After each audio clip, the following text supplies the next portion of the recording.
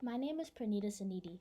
I'm an 11th grader from Biotechnology High School, and my project is titled The Effect of Different Caffeine and Ethanol Dosages on Ameliorating Beta Amyloid Induced Paralysis in C. elegans.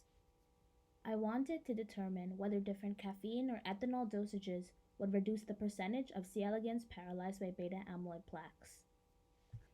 To do this, I conducted background research.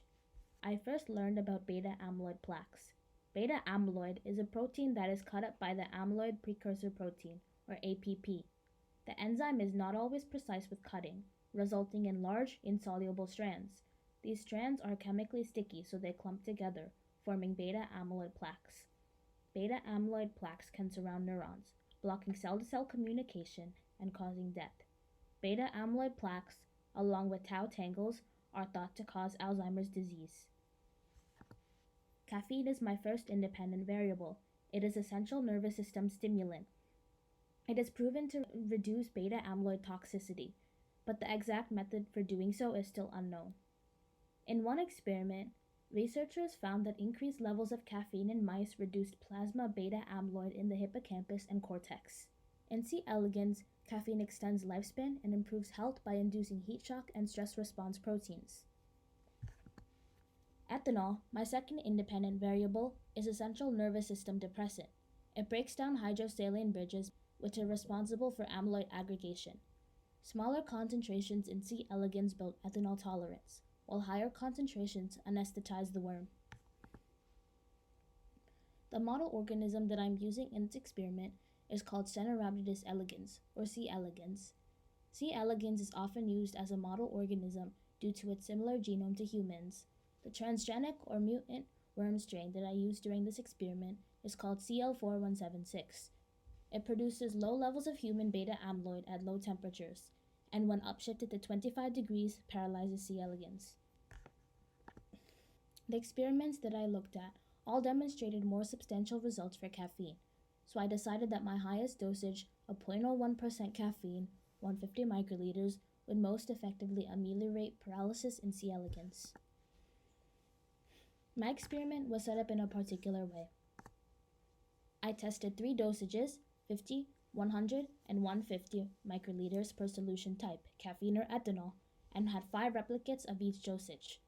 My control was 0 microliters of caffeine or ethanol. To collect data, I prodded the worms with the worm pick, a platinum structure with a flat end. If the worms moved, they were marked as not paralyzed. This is a diagram of my plate setup. My notable materials are my CL4176 transgenic C. elegans strain, my 0.01% caffeine, and 95% ethanol. I will be using the clicker to keep track of the number of worms per plate. I labeled 40 assay plates according to my configuration on slide 11. I then labeled 5 stock plates. After melting 4 bottles of agar, I poured the agar into all 45 plates and let them sit for 15 minutes. I then inoculated the broth with E. coli. I filled a 3 milliliter tube with Luria broth. I took an E. coli colony with an inoculating loop, twisted the loop inside of the 3 mLs of broth, and incubated it at 37 degrees Celsius for 24 hours. The broth became turbid. I poured some of the turbid broth into all of the plates. I used an L spreader in order to spread the broth in an X shape across the plates. I incubated all of these plates at 37 degrees Celsius for 24 hours. While the plates were incubating, I used a micropipette to set aside the 50, 100, and 150 microliter dosages into microtubes, labeled similarly to the assay plates. Lastly, I conducted a paralysis assay. I cut chunks of CL4176 strain from the CL4176 stock plates and placed them onto my 5 stock plates. After incubating these at 16 degrees Celsius for 24 hours, I cut 1 by 1 inch squares from the stock plates and placed them onto the assay plates. I incubated these assay plates at 16 degrees Celsius for 24 hours, upshifted them to 25 degrees Celsius for 24 hours in order to induce the paralysis, and downshifted back to 16 degrees for 24 hours. I used the worm pick to collect and record data. These are my results. The data for this table was taken by counting all of the worms, taking the percentage of worms per plate that were paralyzed or not paralyzed, and then averaging these percentages for all of the plates of each dosage. If you focus on the paralyzed worms column, you can see that the average percentage for 0 microliters is close to 100%, but decreases down to about 40% for 150 microliters. This indicates a downward trend mirrored by the graph on the next slide. The downward trend is better visualized with this graph. As the dosage of caffeine increases, less worms are paralyzed, which signifies that my experiment seems to be working. I conducted a t-test, testing each dosage against the negative control to see whether there would be a significant difference. 100 and 150 microliters demonstrated a statistical difference for p as less than 0.05, meaning that these two experimental groups ameliorated paralysis most effectively. This is a similar table to Table 3, but with ethanol values rather than caffeine. A downward trend can also be seen when focusing on the average percentage of paralyzed worms. As the dosage increases, the average percentage of paralyzed worms decreases. This indicates that the ethanol seems to have a positive effect on amelioration. This graph pictures the results for Table 4, Column 1, or the paralyzed worms per dosage of ethanol. There is a large decrease at 50 microliters, a slight increase at 100 microliters, and then a larger decrease at 150 microliters for percentage of worms paralyzed. For my second t-test, I tested each experimental group of ethanol against the negative control in order to determine which dosages worked. Contrary to caffeine results, all three groups demonstrated a significant difference, with the p-value of less than 0.05, showing that all ethanol dosages effectively ameliorated paralysis. For my final t-test, I tested the caffeine dosages against ethanol dosages to see whether there would be a significant difference between caffeine or ethanol, or to see whether one of them worked better than the other. I only found one significant difference at 50 microliters, so I concluded that one of them isn't really better than the other, that they both worked equally.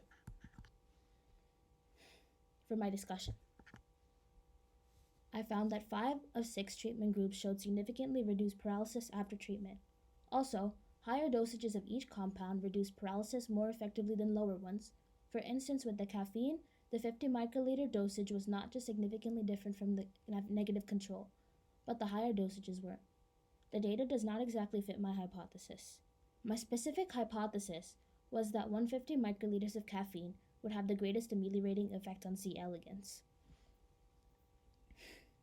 150 microliters had the largest effect for caffeine values overall.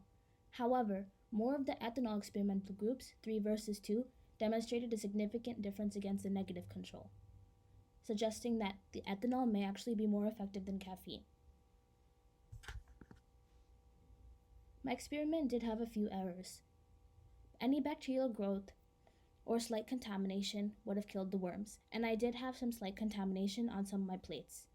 I could have fixed this by sterilizing everything ahead of time and maintaining good sterile technique. Additionally, there was a slight problem with my incubation period. When first working with the C. elegans CL4176 strand, I found that the C. elegans died when grown at room temperature, so they had to be grown at low temperatures, or 16 degrees Celsius. Thus, the worms remained in the 16 degrees Celsius environment for more than 24 hours. Consequently, upshifting for only 24 hours may not have induced paralysis completely, and I could have fixed this by incubating at 25 degrees Celsius for longer. This experiment can be both fixed and improved. For instance, I could use concentrations instead of dosages.